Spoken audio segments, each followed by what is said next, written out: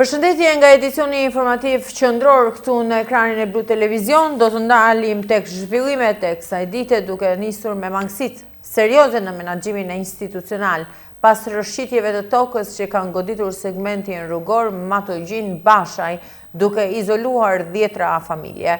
Kështu thuhet në raport të kontrollit të lartë të shtetit, i cili ka nxjerrë në pa një situatë shqetësuese në bashkinë Selenic. Për më tepër bashkë do të ndajmë shënimin. Një raport i fundit i kontrollit të lartë të shtetit nxjerr në pa një situatë shqetësuese në bashkinë Selenic, pas rrëshqitjeve të tokës që kanë goditur segmentin rrugor Matogjin-Bashaj, duke izoluar 10 familje dhe duke ekspozuar mangësi serioze në menaxhimin institucional. Sipas auditimit, rrëshqitjet e ndodhura në 9 janar 2026 në 2 pika të këtij aksi rrugor kanë bërë që rruga të bëhet e pakalueshme, duke lënë të izoluar rreth 60 familje ose afro 200 banor në fshatin Bashaj. Banorët janë detyruar të hapin vetë një shteg kalimi për këmbësor, i cili konsiderohet i rrezikshëm dhe i vështirë për të përdorur në përditshmëri. Situata bëhet edhe më problematike për shkak të faktit se në zonë ka një historik të gjatë rrëshqitjesh, përfshirë një tjetër ngjarje në vitin 2021, e cila është trajtuar vetëm në mënyrë provizore dhe pas studime të mirë fillta gjeologjike. Megjithatë, Bashkia Selenic nuk ka ndërmarrë hapa konkret për të analizuar rrezikun apo për të kërkuar ekspertizë nga institucionet përkatëse, duke lënë zonën të pambrojtur ndaj fenomeneve të përsëritura natyrore. Auditimi evidenton gjithashtu se pavarësisht situatës emergjente nuk është hartuar asnjë plan veprimi konkret. Bashkia nuk ka ngritur grupe pune dhe nuk ka siguruar mbështetje financiare apo materiale për familjet e prekura, duke rënduar më tej kushtet e jetesës së tyre. Ndryrja vetme konkrete ka ardhur nga forcat e armatosura, të cilat kanë nisur hapjen e një rruge alternative rreth 6 kilometër të gjatë për të lidhur zonat e izoluara. Megjithatë, edhe kjo zgjidhje rezulton e përkohshme dhe ende pa përfunduar, duke mos garantuar lëvizje normale për banorët. Nga ana tjetër, investimet për infrastrukturën rrugore konsiderohen të pamjaftueshme, edhe pse është prokuruar një fond mbi 119 milion lek për rehabilitimin e një pjese të rrugës. Ndryrja mbulon vetëm rreth 3.5 kilometra nga një aks total prej 25 kilometrash, duke lënë pjesën më të madhe të rrugës në gjendje të amortizuar dhe problematike. Një tjetër shqetësim i ngritur në raport është mungesa e dokumenteve bazë për menaxhimin e riskut, si strategjia vendore për reduktimin e fatkeqësive, vlerësimi i riskut dhe plani i emergjencave civile. Kjo situatë bie në kundërshtim me detyrimet ligjore dhe kufizon ndjeshëm mundësitë për të përfituar fonde nga buxheti i shtetit për ndërhyrje emergjente. Në përfundim, kontrolli i lartë i shtetit kërkon masat menjëhershme nga Bashkia Selenic për hartimin e strategjive të nevojshme, realizimin e studimeve gjeologjike dhe sigurimin e investimeve të plota për rehabilitimin e aksit rrugor. Ky segment konsiderohet me rëndësi jo vetëm për jetën e përditshme të banorëve, por dhe për zhvillimin turistik të zonës, e cila përmban potenciale të shumta natyrore dhe kulturore. Është zhvilluar këtë të martë mbledhja e radhës e Këshillit Bashkiak të Vlorës, e cila për rreth 60 minuta është fokusuar në diskutime të shprehjes së lishmërisë së institucionit të prefektit të Vlorës për disa projekt vendime të mbledhjes së kaluar. Pas dorëheqjes së ish sekretari Daud Zëraj në mbledhje u votua zonja Launela Dautaj si sekretare e Këshillit Bashkiak të Vlorës. Është zhvilluar këtë të martë mbledhja e radhës e Këshillit Bashkiak të Vlorës, e cila për rreth 60 minuta është fokusuar në diskutime të shprehjes së ligjshmërisë së institucionit të prefektit të Vlorës për disa projekt vendime të mbledhjes së kaluar. Pas leximit nga kryetaria e Këshillit Bashkiak Elpiniqi Mërkuri të projekt vendimeve që nuk e kanë kaluar notën e ligjshmërisë, si vend bazime detare dhe shoqëria Vlora Invest, fjalën e kanë marrë këshilltarët e opozitës Gjergj Nika dhe Atirt Hoxha. Ju kam kërkuar mbledhje të kryesisë përpara se të bëjë mbledhje kryesisë për rendin e ditës. Ja u kam kërkuar 10 ditë përpara, duke pasur të gjithë dokumentacionin nga ana e prefekturës për të diskutuar shprehjen nga ana e prefektes. E lam që do të diskutonim në mbledhjen kur kemi diskutuar për mbledhjen e radhës, dhe u kam thënë në mbledhjen e radhës kemi pasur debat në mbledhjen e kryesisë dhe u kam thënë siç i keni kthyer për Vlora Investin prefektes, janë dhe 3 projekt vendime të tjera që duhet t'ia kthenin pasi nuk e kanë marrë ligjshmërinë. Mënyrë të shprehurit prefektes, akti karakterit individual për këto projekt vendime nuk gjenden në asnjë ligj. Dhe pjesa më e keqe dhe më arrogante është kur prefektja vazhdon shkeljen kur e kupton që ka shkelje. Prefektja duhet shprehet o e ligjshme o e paligjshme. Në relacionin që prefektura u ka prur për Vlora Investin u thot, rikaloni Vlora Investin në këshill. Ju si këshill bashkiak, juve po e ktheni prefekturës për të shplehur ligjshmëri. Prefektura është shprehur. Akti karakterit individual, jemi ne që i vendosim. Bashkë me pjesën e Vlora Investit, ne duhet i kthenim edhe projekt vendimin numër 22, edhe projekt vendimin me numër 23, edhe projekt vendimin me numër 24, edhe projekt vendimin me numër 25 për sa i përket pjesës së baseneve ose pjesës së porteve.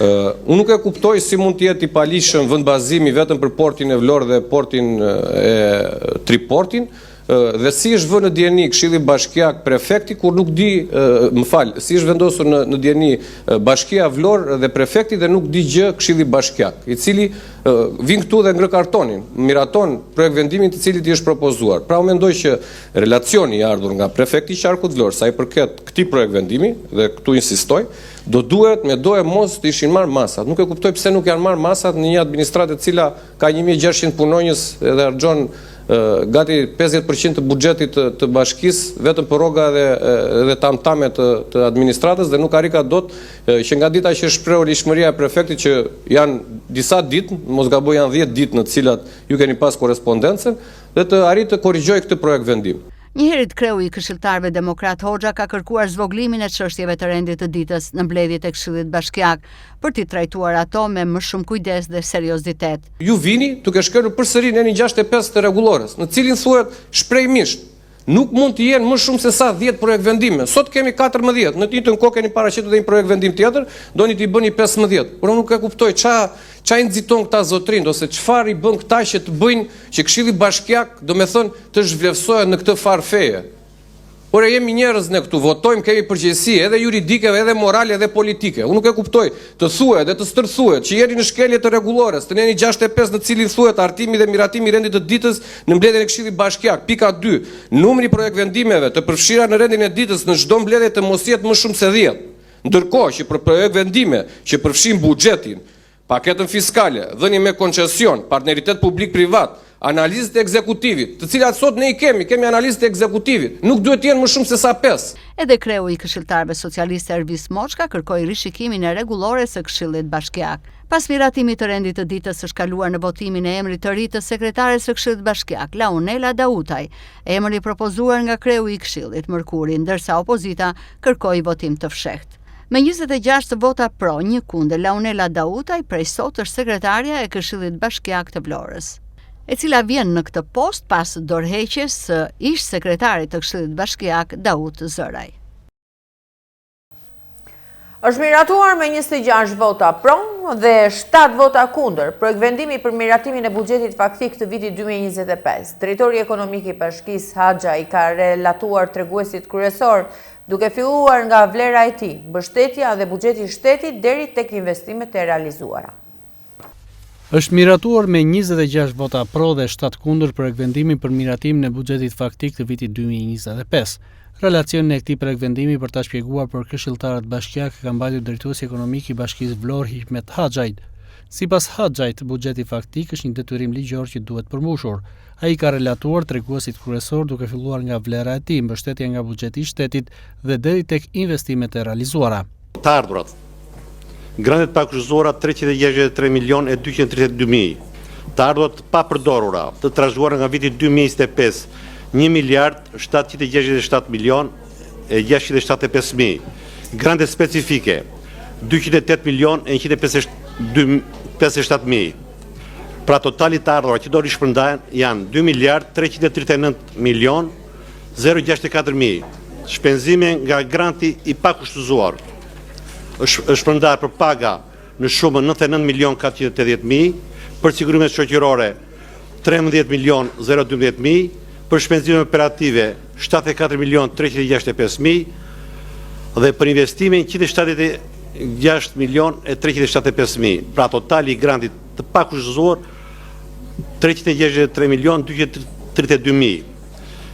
Shpenzimet nga të ardhurat do të përdoren për pagat në shumën 67 milion 082 mijë, për sigurimet shoqërore 13 milion 379 mijë, për shpenzime operative 39 milion 953 mijë, për strukturat 603 transfert dhe subvencion 48 487.000, transfert e pakushtëzuar 13.986.000 dhe totali i të ardhurave që do të përdoren është 1.584.788.000. Ndërsa pretendimet e opozitës janë nxjerrë në pa nga këshilltari Gjergjinika, i cili thotë se për të kuptuar buxhetin faktik, të mjafton të shohësh raportin e monitorimit të vitit 2025, ku pjesa më e madhe e këtij buxheti ka mbetur pa u realizuar dhe investimet kanë mbetur vetëm në letër.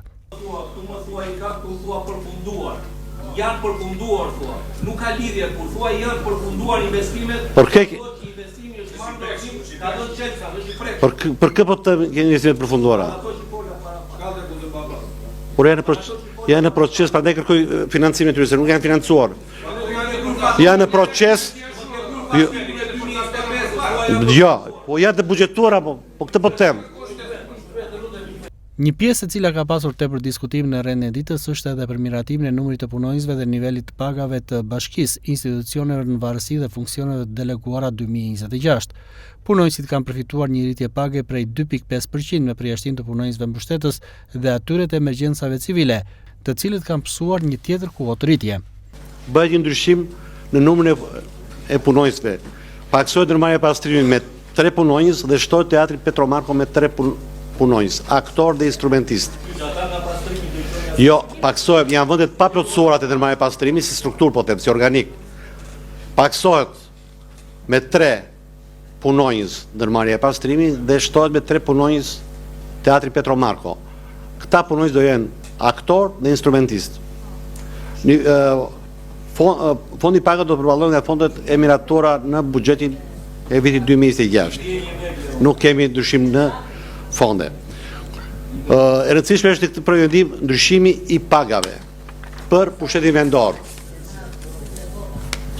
i cili me vendim qeverie,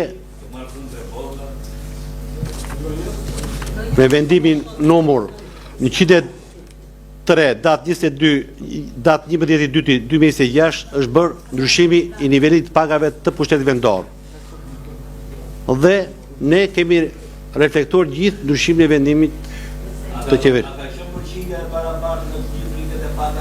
Me përjashtim të punonjësve mbështetës, e cila e citon nga 47 kalon 57. 100.000 lekë. Kushtet tjerë janë arritur me 2.5.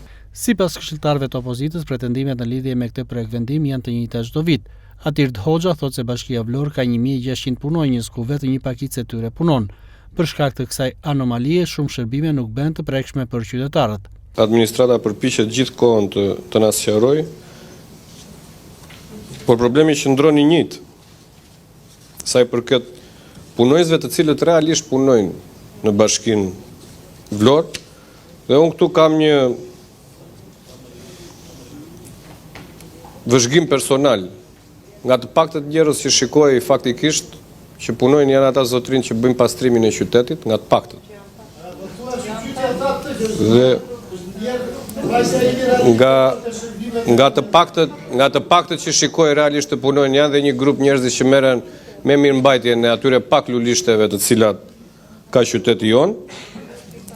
Ndërkohë është për të ardhur keq me një numër kaq të madh punonjësish, 1600 punonjës, të shikosh në qytet jo më shumë se sa 50 apo 60 veta të cilët punojnë me ato makinat e pastrimit në për kontenierët e mbeturinave dhe ato pak lulishte thash dhe njerëz që mirëmbahen. Edhe pak njerëz realisht duhet theksuar dhe kjo gjatë rreshjeve të shiut janë disa zotrinj që dalin përsëri në ato ansoret e rrugëve që kujdesen që ato gjethet që na solli ai lideri global këtu mos pengojnë rrjedhjen e lirshme të ujit. Nga bulevardi i Palmave që një rruga Vlorë Skel ose bulevardi Ismail Qemali sot është kthyer në bulevardin e alergjive. Nga gjethet edhe nga ato pushët e atyre repeve, palma, repa çaj ka vendosur ai, se ai vjen edhe bën çaj do qefi. Mua vjen shumë keq që një shumë e konsiderueshme nga buxheti i Bashkisë Vlorë shkon për rroga dhe sigurime shoqërore dhe rroga të majme për njerëz që e kam thënë dhe do vazhdoj ta them. 7 këshilltar kryetarë e bashkisë, drejtora drejtorie, përgjegjësa sektorësh, inspektor të kategorive të larta të cilët nuk kanë më karige se ku të qëndrojnë në përzyrat e institucionit bashkisë, godinës bashkisë. Shkon atje, gjën 2 ulur dhe 3 në këmbë që vinë vërdall se nuk ka më karige. Aq shumë janë punësuar nga këta simpatizantët e rilindjes sa nuk ka më vende në zyra për të qëndruar specialistët. Këshilltari Ervis Moç ka njëkohësisht drejtuesi i këshilltarëve të Partisë Socialiste ngre një tjetër shqetësim, ku thotë që shumë punonjës po shtohen në institucione, ndërkohë që shumë shkolla të qytetit nuk kanë ende roje të godinave për të ruajtur rendin dhe sigurinë në brendësi të tyre. Para disa javësh jam thëritur dhe kërkuar nga drejtoresha e një shkolle që më parashtroi një problematik. Një shkollë 9-vjeçare e qytetit tonë dhe më pas doli që këtë problematikë kanë dhe 2-3 shkolla tjera. Dhe kërkesa e saj ishte nëse mund të kishte të pranishëm një roje, prezencën e një roje, pasi një fenomen social që po ndodh, që normalisht e kishim dëgjuar, por nuk e kisha dëgjuar aq të detajuar, ku grupe adoleshentësh apo dhe adoleshentesh në rastin konkret siç ma ngriti shqetësimin drejtoresha, bëhen bashkë dhe presin fëmijë më të vegjël kur dalin nga shkolla, duke i gacmuar, duke i bulizuar, duke i qelluar, duke përdorur dhe dhunë.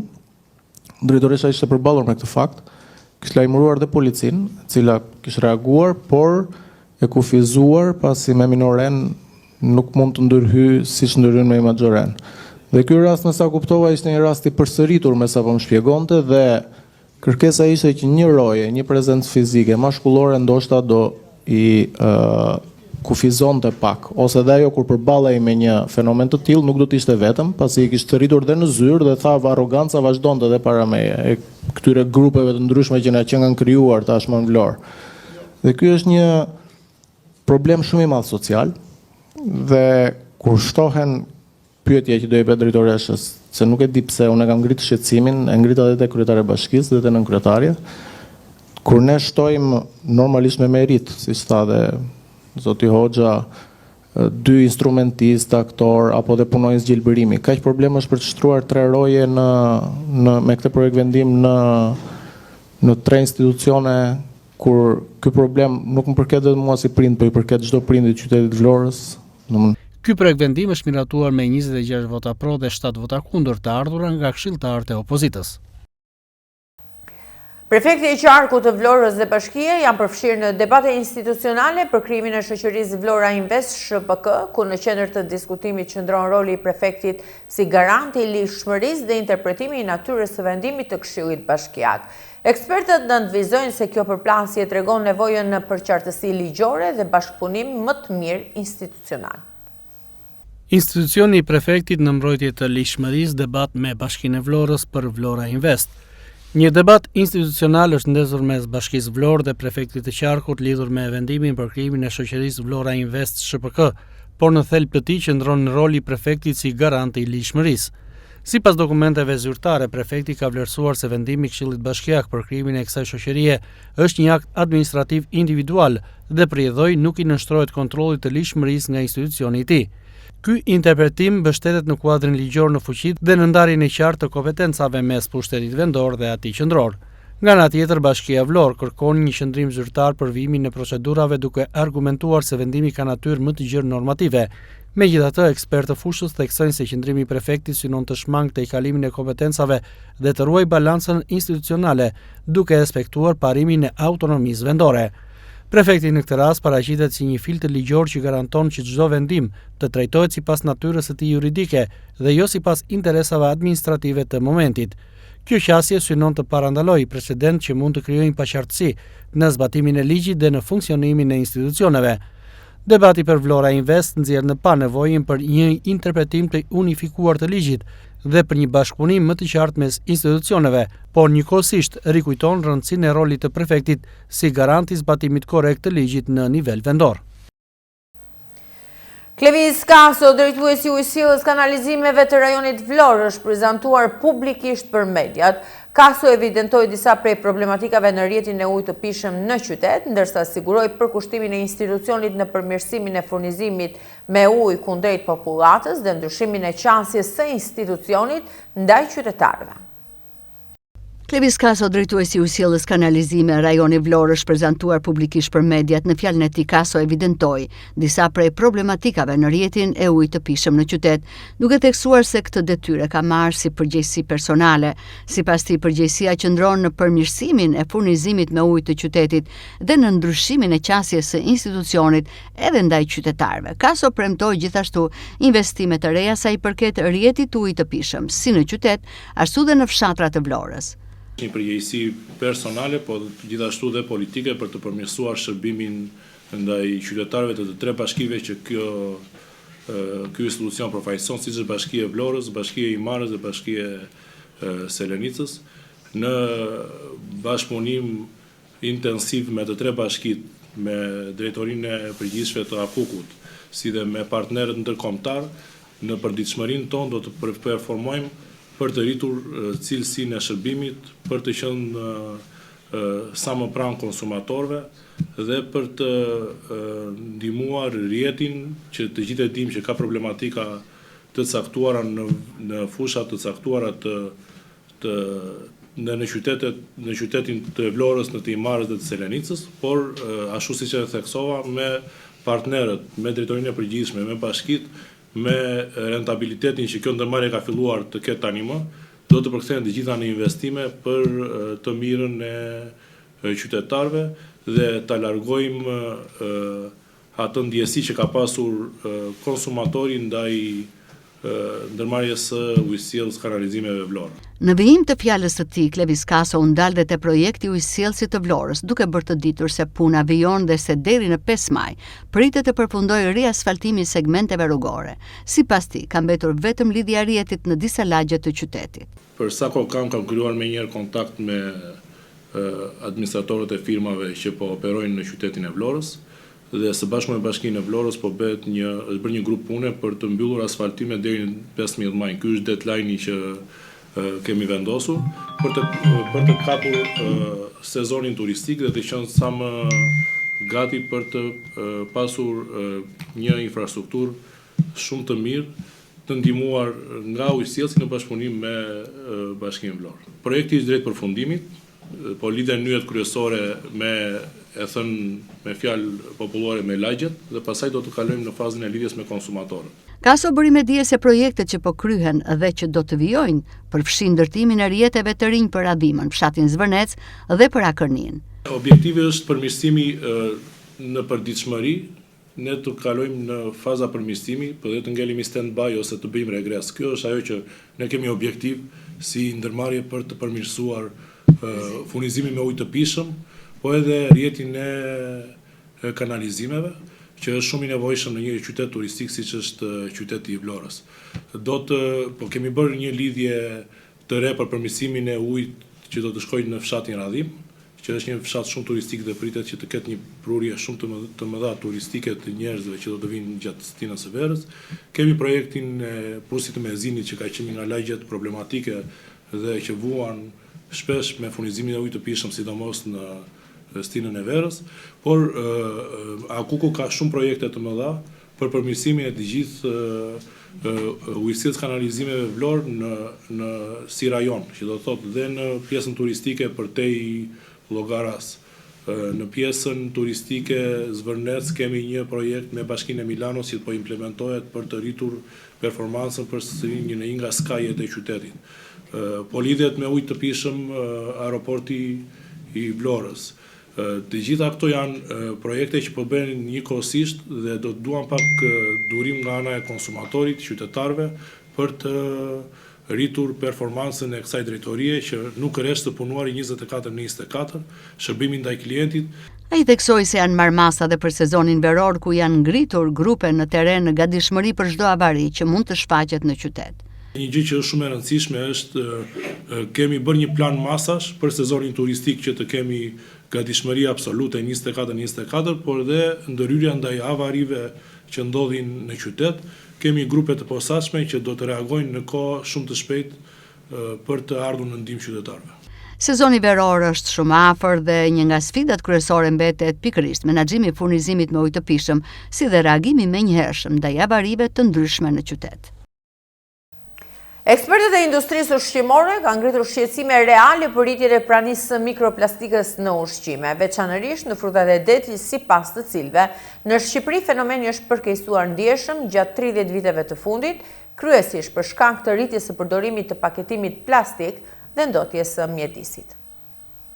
Ekspertët e industrisë ushqimore kanë ngritur shqetësimin për rritjen e pranisë së mikroplastikës në ushqime, veçanërisht në frutat e detit.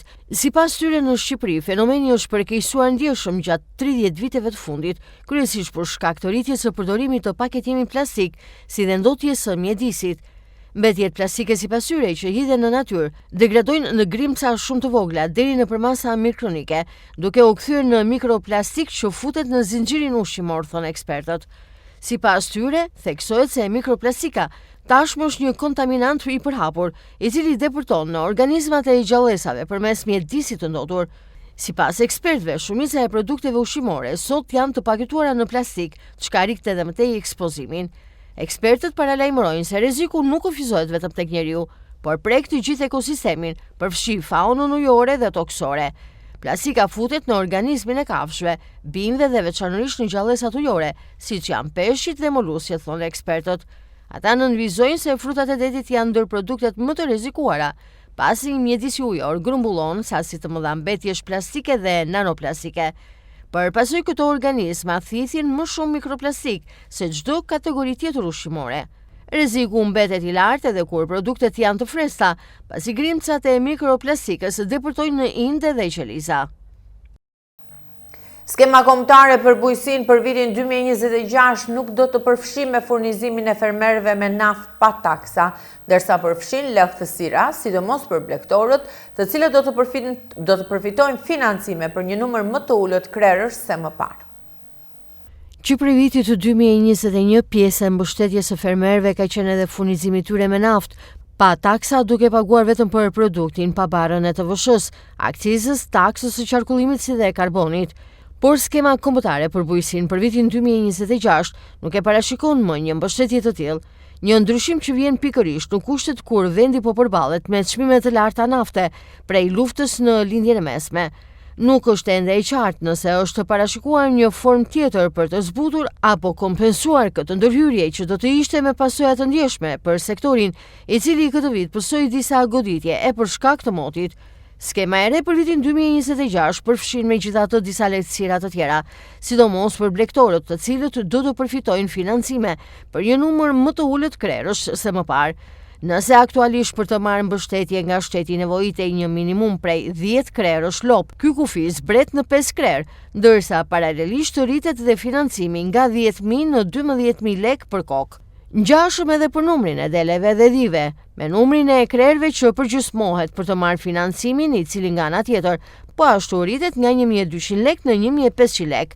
Edhe për bletët numri i nevojshëm i koshereve përgjysmohet, ndërsa përfitimi dyfishohet, duke shkuar në 2.000 lek për zgjua. Në skemën kombëtare të 2026-s shtohet për herë të parë financimi për dosat në 7.000 lek për krer, kush ka tuf jo më pak se 5 krer. Skema kombëtare për këtë vit do të jetë 5.2 miliard lek, por pritet që ky financim të shtohet me rishikimet që do të pësoj buxheti i shtetit.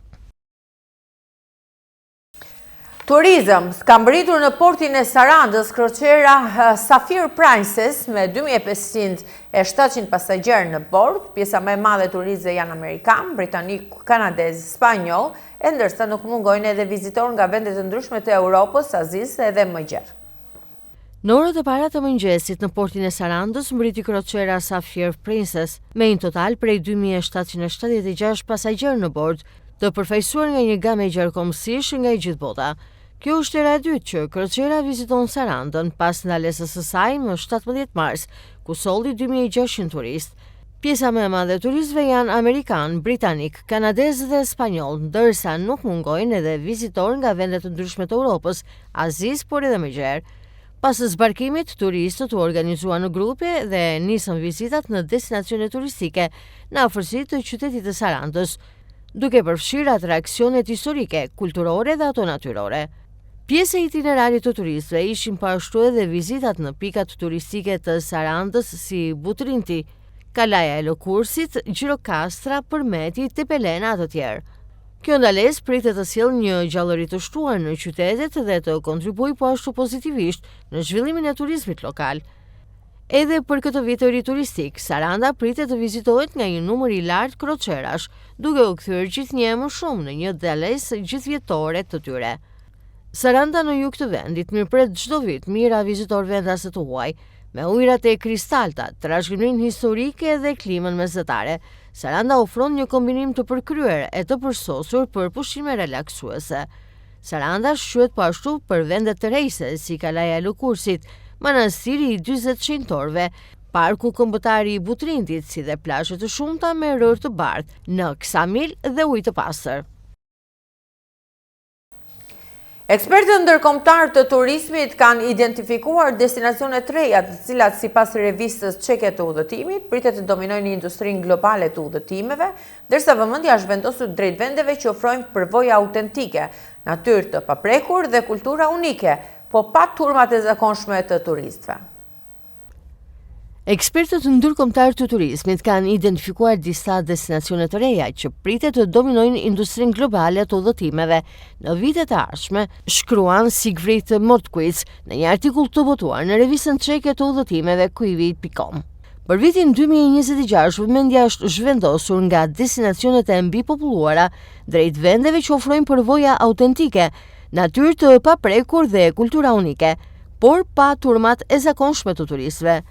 Sipas analizave të fundit, 5 vendet që po konsiderohen si perla të pazbuluara që janë në prag të një transformimi të madh turistik janë Shqipëria, Mongolia, Slovenia, Kirgjistani dhe Uzbekistani. Shqipëria të renditet si destinacioni që po të rrejsh vëmendjen globale. E konsideruar gjithnjë më shpesh si një alternativë më ekonomike ndaj bregut të Amalfit në Itali, Shqipëria po shndërrohet me shpejtësi në një nga destinacionet turistike më premtuese të mesdheut. Me brigjet e saj përgjatë detit jon, fshatrat malur autentik dhe mikpritjen tradicionale, vendi ofron një kombinim unik të natyrës dhe kulturës. Në vitin 2025, Shqipëria priti rreth 12.47 milion vizitorë të huaj, duke shënuar një rritje prej 6.6% krahasuar me vitin 2024. Ky trend konfirmon pozicionimin e vendit tonë si një destinacion në rritje të vazhdueshme.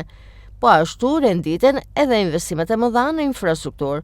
Ndërto veçohen projektet rrugore si dhe lidhjet më të shpejta, siç është edhe hapja e tunelit të Llogoras në korrik të 2024-s, ku reduktoi ndjeshëm kohën e udhëtimit drejt rivierës shqiptare, nga 30 minuta në vetëm 7 minuta, e duke bërë që zona të jetë më aksesueshme. Ndërto renditet po ashtu edhe zhvillimi i aviacionit, rritja e fluturimeve direkte dhe planet për ndërtimin e aeroportit të ri në jug të vendit pritet të rrisë ndjeshëm aksesin e turistëve ndërkombëtar. Ju falenderoj për vëmendjen, ju përshëndes. Mirupafshim.